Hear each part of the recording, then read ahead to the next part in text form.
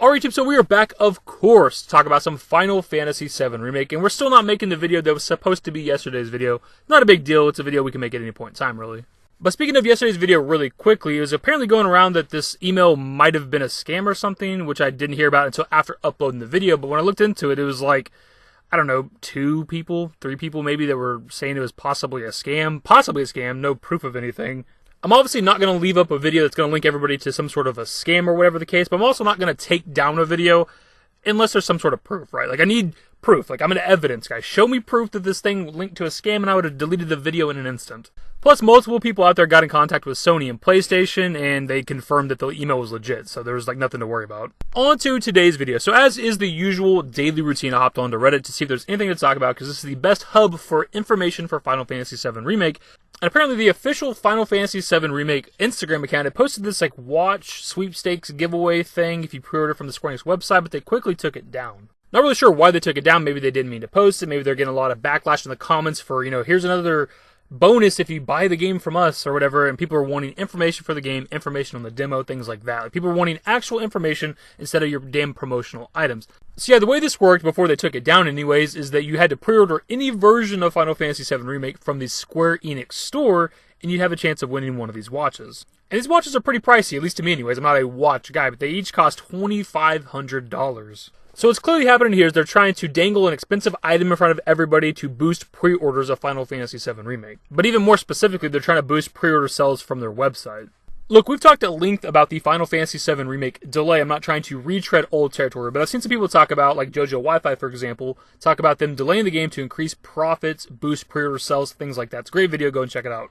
I've also seen people mention that the game might have been delayed to push it into their next fiscal year, which honestly, if you look at the numbers, is kind of true. The game was going to come out initially on March 3rd, which is the last month of their current fiscal year.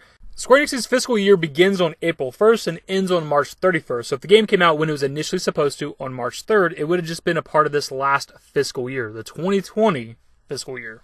Now, if we look at their last financial report, they didn't do so hot. You know, 2018, which is actually the 2019 fiscal year, begins the year before. It's kind of weird. So like this year is going to be the 2021 fiscal year.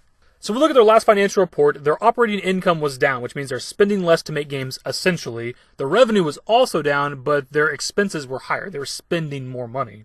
So it was a bad year for them. We're probably not going to see their current financial report until probably around the same time this year, so maybe around May or so. So we don't know exactly right now, anyways, how profitable 2019 was for them. But we do know that their target was 300 to 400 billion yen on just sales alone, and their operating income to be only 40 to 50 billion yen.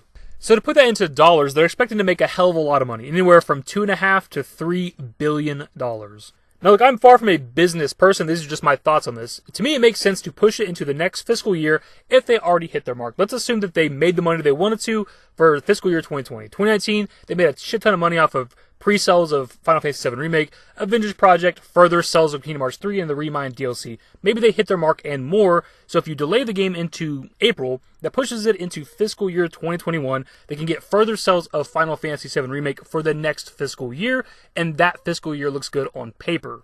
Not to mention Avengers Project itself also being delayed like 5 months or something like that. That gives it a lot of time to get more pre-orders. The reason why pre-orders are important is because you get somebody's money for a game before it comes out, and people can review it and tell them it's a bad game and not worth their purchase. You already have their money locked in. That's why they're trying to get as many pre-orders as possible for these games. How do you get people to place pre-orders for a game? Promotional items. We have seen a ton of these, from the pre-order bonus itself of the Chocobo Chick to the different pre-order bonuses you get depending on the store you buy it from. Whether you buy it from GameStop, Walmart, Best Buy, or even the Square Enix store where you get this exclusive lanyard, but also now you might win a watch. It's hard not to look at all this stuff and wonder if they did not delay the game for money, just to make more money, to make each fiscal year look better. We look at their last fiscal year that we have, the last financial reports, it was bad. They were down. I've also seen a lot of people talk about the possibility of the game being delayed even further, including Jojo Wifi in that video, and that is also a possibility. If they want to make fiscal year 2021 look really good, delay Final Fantasy VII Remake to the fall, like every other game is getting delayed, and that gives you a handful of months for more people to place pre-orders for that game, get their money locked in. Now, I've said in the past that I don't think we're going to see another delay because it pissed off a lot of people, but I don't know if that's what I truly believe, or if that's just hopeful wishing. I have no idea. I don't know what I believe anymore. Look, you guys know I love Square Enix. I love their games. I'm a fan of Final Fantasy VII and Remake. I wouldn't be here talking about this stuff every single damn day of my life if I didn't like the products they produce. But at the end of the day, they are a business, and they have been kind of scummy in recent years. Look back to Final Fantasy XV Royal Edition, chock full of things that were clearly cut from the base game. Look, we'll never have the right answer. Square Enix is never going to come out and tell us, hey, you know what, we delayed the game because of money. It's never going to happen. But it is suspicious, as we said, that the game was delayed a mere 5 weeks for fixing it for polish.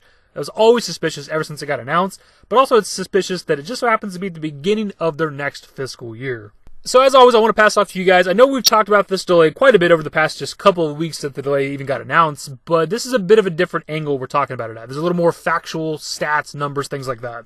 Do you guys think that the game was delayed essentially because of money, and do you think we're going to see further delays? Leave your thoughts more in the comment section below. Hopefully you guys enjoyed the video. If you did, give it a thumbs up. Subscribe to the channel if you guys are new and want to see more Final Fantasy VII Remake content. Turn on my notifications. Follow me on Twitter at @dashingdavid. And my Discord. Links to my social networks are in the description and in the outro. Later, guys. Give me a smile, give me forever for a while, give me forever for a while. Quit